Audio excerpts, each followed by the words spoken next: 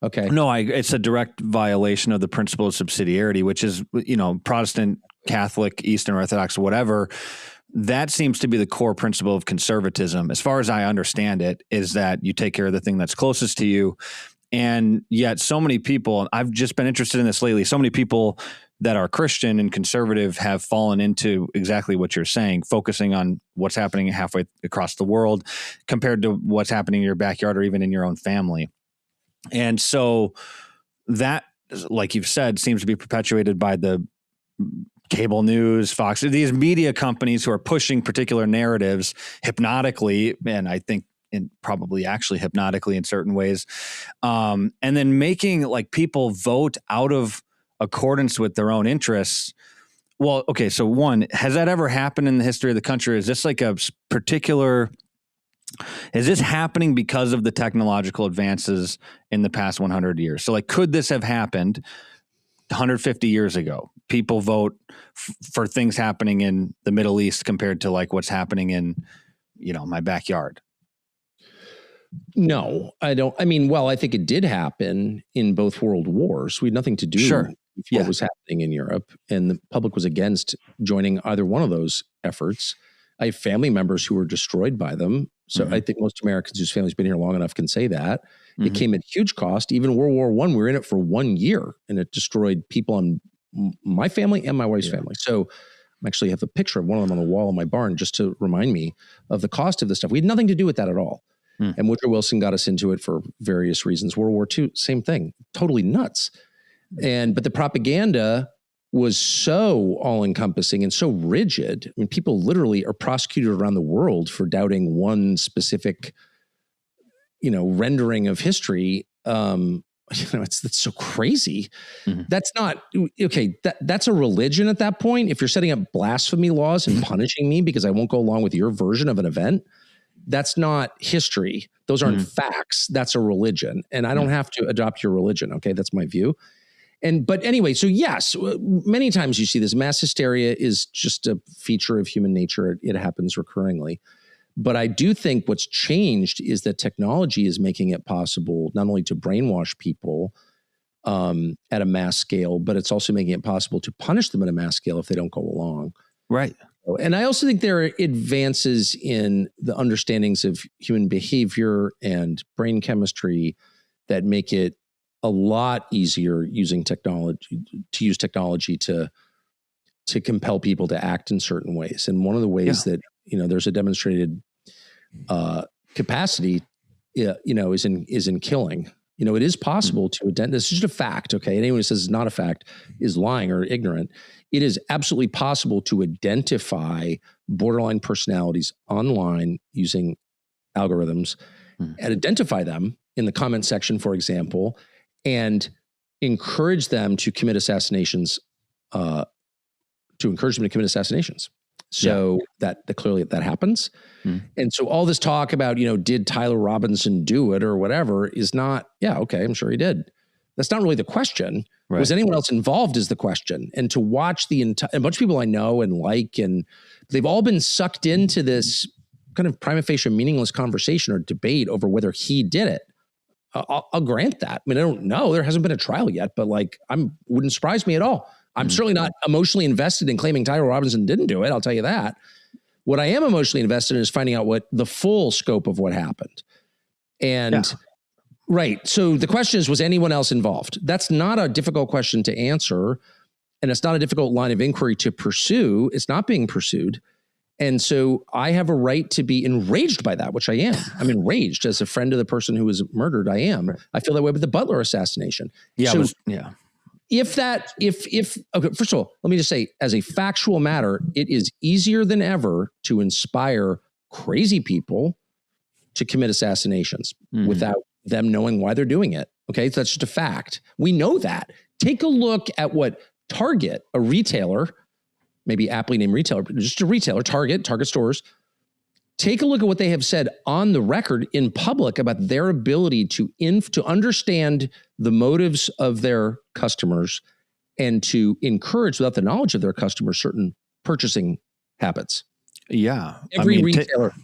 Yeah, they all can do this, right? Well, that was what I mean. Francis, do you know Francis Schaeffer? He was a author. He wrote about that in his book How Should We Then Live. Towards the end, I think he got a lot of flack for it. I don't know. It was before my time, but he talked about how particular advertising methods were banned in the 1970s. I think because I don't know all the details to it, but basically they were using some of these hypnotic methods, and people were buying products that they didn't even really want or need. It eliminates free will, right? Yeah. And therefore your humanity. If you're not choosing to make the significant decisions in your life, you're a slave. You're not a free person. You're not even really a person. You're less than human. Right. So that's it's just a basic precept of like how we understand humanity. Right. And free will is a basic component of human rights. But this is like a new problem. Doesn't it seem it's like nobody like obviously there's been slavery before, but this type of slavery, psychological slavery or whatever we want to call it, like that has never happened. And the technological advancements are making it possible in mass to control people. I know my own generation like can barely have a conversation, so they can't even speak really. And that's obviously another sort of way that I think the devil, if you can confuse the languages, and then they're susceptible to tyranny. Exactly. But like, what do you do about that? To me, it's like the only answer is to pull the plug. I guess I'll give like a pull the plug on the technologies. I'll give like a brief story. So I was able to go and talk with, this is a while back, with like Jordan Peterson and, who's the guy? Brett Weinstein. And he was talking about the logos and language being the only differentiating factor between human beings and other animals. The fact that we have the capacity for systematized language, which is completely true, which is why Jesus is the logos. But I remember asking him at one point, I was just like, what do you think about like AI and the book of Revelation and the man of lawlessness and the end times? We have surrogacy and the Antichrist. And I kind of asked this like big, broad, kind of weird question. And he basically just said to me, and he said, I don't, he's like, I haven't read Revelation and I don't know all of the end time stuff. And he's not even a Christian, I don't think.